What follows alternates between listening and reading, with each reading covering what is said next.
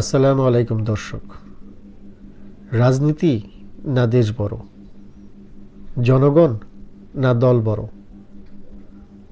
এই কঠিন প্রশ্নের উত্তরটা আমরা এখনো খুঁজে বেড়াই। যদিও এই প্রশ্নটা কঠিন বলার কারণটা হচ্ছে এর উত্তরটা সহজ হলেও আমরা কতটুকু সেটা মেনে চলি। বাস্তবতার নিরিখে এই সহজ উত্তরগুলো আজকে কঠিন পর্যায়ে চলে গেছে। কারণ আজকে রাজনীতিটা এমন একটা পর্যায়ে চলে গেছে যে রাজনীতিবিদরা, রাজনৈতিক দলগুলো কতটুকু দেশের জন্য ভাবেন, দেশের জন্য চিন্তা করেন, সেটা আজকে প্রশ্নবিদ্ধ। জনগণ সকল ক্ষমতার উৎস, জনগণকে আমরা সবসময় প্রায়োরিটি বলে আসি। আমাদের রাজনৈতিক নেতারা জনগণকে সব কিছুর ঊর্ধ্বে স্থান দেন কথায় কথায়, কিন্তু কাজেতে আদতেই কতটুকু জনগণ তাদের কাছে মূল্যবান সেটা কিন্তু জনগণ বুঝতে পারে না। দলগুলো এমন একটা পর্যায়ে চলে গেছে, তাদের দাবি দেওয়া, তাদের ক্ষমতার লোভ, তাদের সব কিছুর কারণে, চাহিদার কারণে আজকে সাধারণ মানুষ নিষ্পেষিত। ভোটাধিকার একটি মানুষের নাগরিক অধিকার।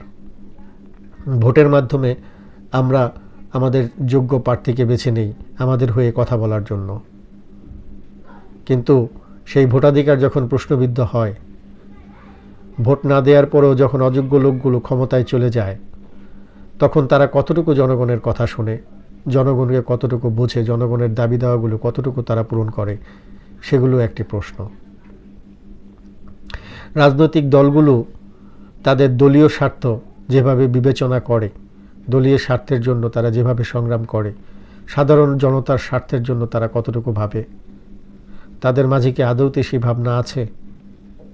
আজকে যদি সেই ভাবনা থাকতো, তাহলে সাধারণ মানুষের জন্য, সাধারণ মানুষের সেবা করার জন্য, সাধারণ মানুষের দাবি তুলে ধরার জন্য, সাধারণ মানুষের ভালো করার জন্য যেই বড় বড় বুলি দিয়ে তারা ক্ষমতায় অধিষ্ঠিত হন, ক্ষমতায় যাওয়ার পর সেই দাবিগুলো, সেই সাধারণ মানুষগুলো অবহেলিত থাকে।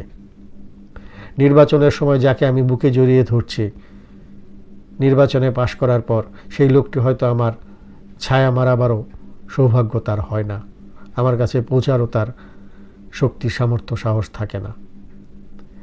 এভাবে কি রাজনীতি চলতে পারে? আর এইভাবে চলা রাজনীতি দেশের জন্য কি কল্যাণকর?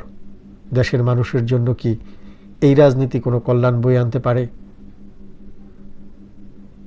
আসলে রাজনীতিটা একটা সময় বলা হতো রাজার নীতি, বা রাষ্ট্র পরিচালনার জন্য রাজা যেইভাবে তার বুদ্ধি, মেধা, প্রজ্ঞাকে কাজে লাগিয়ে একটি রাষ্ট্র পরিচালনা করে, সেই নীতিটাকেই রাজনীতি বলা হতো। আর এখন রাজনীতিটা হচ্ছে ক্ষমতার একটি বিপরীত চিত্র।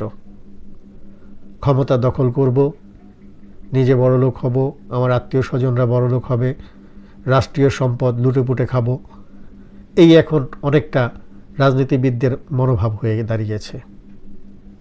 নইলে নির্বাচনের সময় একটা এমপি হওয়ার জন্য, একটা চেয়ারম্যান হওয়ার জন্য, একটা মেয়র হওয়ার জন্য কোটি কোটি টাকা খরচ করে আপনি চেয়ারম্যান, মেয়র হচ্ছেন কেন? আপনি যদি জনগণের সেবাই করতে চান, ক্ষমতার বাইরে থেকেও তো জনগণের সেবা করা যায়। বাংলাদেশে এরকম অনেক লোক রয়েছে, পৃথিবীর বিভিন্ন জায়গায় এমন অনেক লোক রয়েছে যারা মানুষকে সেবা করতে চায়, সেবা দিতে চায়, যাদেরকে হয়তো আমরা চিনিও না, কিন্তু আড়ালে আবডালে থেকে তারা ঠিকই সেই সেবার কাজটা করে যাচ্ছে। আর যখন আপনি কোটি কোটি টাকা ব্যয় করে, নিজেকে নিঃস্ব করে অনেকেই যখন রাজনীতিতে নেতা হতে চান, তখন আর বুঝতে বাকি থাকে না যে আপনার এই টাকাটা আপনি নেতা হওয়ার পর তার কয়েক গুণ উঠিয়ে আনবেন, সেটাই আপনার মনের ভাব, মনের ধারণা। তাই রাজনীতিতে এই টাকার খেলা থেকে সাধারণ জনগণকে দূরে চলে আসতে হবে। যারা টাকা দিয়ে রাজনৈতিক এই খেলাগুলি খেলেন, তাদের চরিত্র উন্মোচন করতে হবে। শুধু শুধু একজনকে দোষ দিয়ে আমাদের কী লাভ? আমরা যদি অর্থের বিনিময়ে আমাদের ভোটাধিকারগুলো বিক্রি করে দেই, তাহলে যে কিনে নিচ্ছে তাকে দোষ দিয়ে লাভ কি? আমাদের উচিত চিন্তা, ভাবনা, প্রজ্ঞা, মেধাকে কাজে লাগিয়ে আমাদের এলাকার জন্য যারা নিবেদিত প্রাণ বা যাদের দ্বারা আমি, আমার এলাকা, আমার দেশ উন্নত হবে, সেই সমস্ত ভালো মানুষদের বিনা খরচে সংসদে বা রাষ্ট্র ক্ষমতায় পাঠানো, যাতে তাদের মেধার মাধ্যমে, তাদের পরিশ্রমের মাধ্যমে দেশ এবং জাতি উন্নত হয়। এই কালচারটা, এই চিন্তাটা, এই ভাবনাটা যতদিন পর্যন্ত আমাদের মাঝে উদিত না হবে, ততদিন আদৌতে আমাদের দেশ, আমাদের সমাজ উন্নত হবে না। রাজনীতিটা কলুষিত বা কলুষমুক্ত হবে না। সংস্কার প্রস্তাব, আইনের বেড়াজাল, যত কিছুতেই আমরা কঠিন এবং দুর্বোধ্য করি না কেন, তাদের নিয়ন্ত্রণ করার চেষ্টা করি না কেন, যতদিন পর্যন্ত না মনস্তাত্ত্বিক পরিবর্তন হবে, শুধু রাজনৈতিক নেতাদের নয়, এই সমাজের প্রতিটি মানুষের, ততদিন পর্যন্ত কোনো কিছুই, কোনো সংস্কারই, কোনো নিয়মই, কোনো আইনই সুফল বয়ে আনতে পারবে না। আমার প্রাত্যহিক জীবনে চলার পথে সরকারি আইন রয়েছে। আমি কতটুকু সেই আইন মানছি? আমরা কতটুকু সেই আইন পালন করি? আজকেও 10 মিনিট সময় বাঁচানোর জন্য হয়তোবা ঘুষ দিয়ে তাড়াতাড়ি আমার কাজটি করিয়ে নিতে আমার দ্বিধাবোধ হয় না। সেই 10 মিনিটের জায়গায় বেশি সময় হয়তোবা আমি চায়ের দোকানে বসে অপচয় করি, কিন্তু তারপরও আইনকে শ্রদ্ধা জানিয়ে যথাযথ নিয়মে আমি আমার কাজটি করতে রাজি নই।